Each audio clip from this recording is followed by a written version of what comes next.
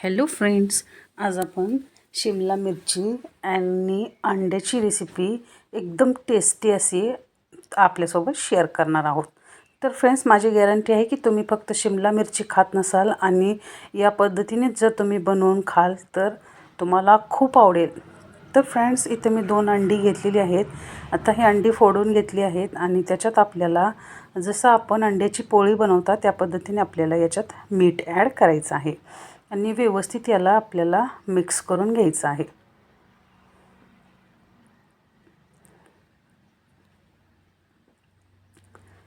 तर friends, finally आता हे आपलं परफेक्ट असं मिक्स झालेलं आहे। तुम्ही बघू शकता या कंटेस्टीमध्ये एकदम परफेक्ट असं मिक्स झालेलं आहे। तर चला, इथं आता मी गॅसवर तवा ॲड केलेला आहे आणि तव्यात तेल पण ॲड केलेलं आहे। आता त्यानंतर आपल्याला जसं आपण पोळी करताना त्या पद्धतीने आपल्याला अंड्याची पोळी अशी बनवून घ्यायची आहे।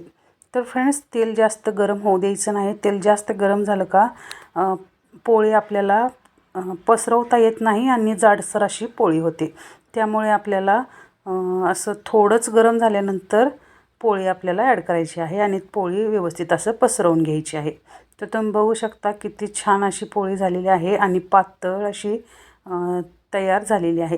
तर फ्रेंड्स, दोन्हीकडून आपल्याला असं लाल होईपर्यंत याला व्यवस्थित भाजून घ्यायचं आहे। तर आता हे साईडला काढून ठेवूयात। तर आता इथं मी गॅसवर कढाई ॲड केलेली आहे आणि इथं 2 माप तेल मी ॲड केलेलं आहे। त्यानंतर उभ्या कापलेल्या 2 ते 3 हिरव्या मिरच्या ॲड केलेल्या आहेत।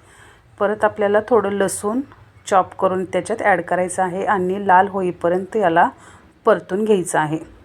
तर आता फायनली लसूण लाल झालेला आहे। तर इथं मी 1 कांदा उभा चिरून घेतला आहे आणि ते पण आपल्याला लाल होईपर्यंत परतून घ्यायचं आहे। आता कांदा पण आपला लाल झालेला आहे। तर त्याच्यात 1 टमाटर मी चिरून ॲड केला आहे आणि याला पण आपल्याला असं सॉफ्ट होईपर्यंत परतून घ्यायचं आहे। तर तुम्ही बघू शकता आता सॉफ्ट झालेलं आहे। ते 1 चमचा हळदी पावडर, धने पावडर, मीठ, मिरची आणि कांदा लसूण मसाला थोडासा ॲड केला आहे आणि याला पण आपल्याला व्यवस्थित असं भाजून घ्यायचं आहे। आता व्यवस्थित मसाले शिजल्याने परफेक्ट अशी रेसिपी लागते। तर व्यवस्थित याला आपल्याला थोडंसं पाणी टाकून शिजवून घ्यायचं आहे तेल सुटेपर्यंत। तर फायनली आता त्याला तेल सुटलेलं आहे। तर इथं मी शिमला मिरची अशा उभ्या चिरून घेतल्या होत्या, ते आपल्याला याच्यात ॲड करायचे आहेत आणि मसाले चांगले व्यवस्थित कोट होईपर्यंत याला मिक्स करून घ्यायचं आहे।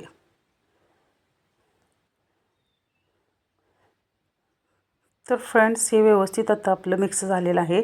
तर थोडंसं आपल्याला त्याच्यात पाणी ॲड करायचं आहे आणि झाकून याला 5 मिनटं शिमला मिरची सॉफ्ट होईपर्यंत आपल्याला याला झाकून शिजवायचं आहे।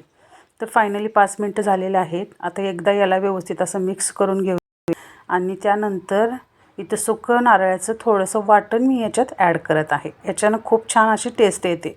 तर हे आपल्याला एकदा व्यवस्थित असं मिक्स करून घ्यायचं आहे आणि याला पुन्हा आपल्याला 5 मिनटं शिजवायचं आहे। तर हे आपलं परफेक्ट आता शिजलेलं आहे। तर त्याच्यात आपण पोळी केली होती ते आपल्याला ह्याच्यात ॲड करायची आहे। तर फ्रेंड्स, तुम्ही बघू शकता मी अंड्याच्या पोळीची असे छोटे छोटे तुकडे केले आहेत आणि ते आपल्याला शिमला मिरचीमध्ये जेव्हा थोडंसं पाणी राहतं त्यावेळेस आपल्याला हे तुकडे त्याच्यात ॲड करायचे आहेत आणि व्यवस्थित याला मिक्स करून घ्यायचं आहे। तर फ्रेंड्स, मसाले व्यवस्थित कोट होतील आणि एकदम परफेक्ट अशी रेसिपी लागेल। तर फ्रेंड्स, हे खूप छान आणि टेस्टी लागेल। तुम्ही एकदा नक्की ट्राय करा। आता फ्रेंड्स, थोडंसं याच्यावर हिरवी कोथिंबीर आपल्याला ॲड करायची आहे आणि याला मिक्स करून घ्यायचं आहे। 2 मिनटं पुन्हा याला आपल्याला मंद आचेवर शिजवायचं आहे।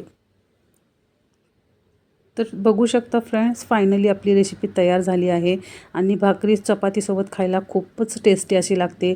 तुम्ही फक्त शिमला मिरची जर खात नसाल तर तुम्ही या पद्धतीने एकदा करून बघा, खूप आवडेल तुम्हाला फ्रेंड्स, एकदम टेस्टी अशी लागते।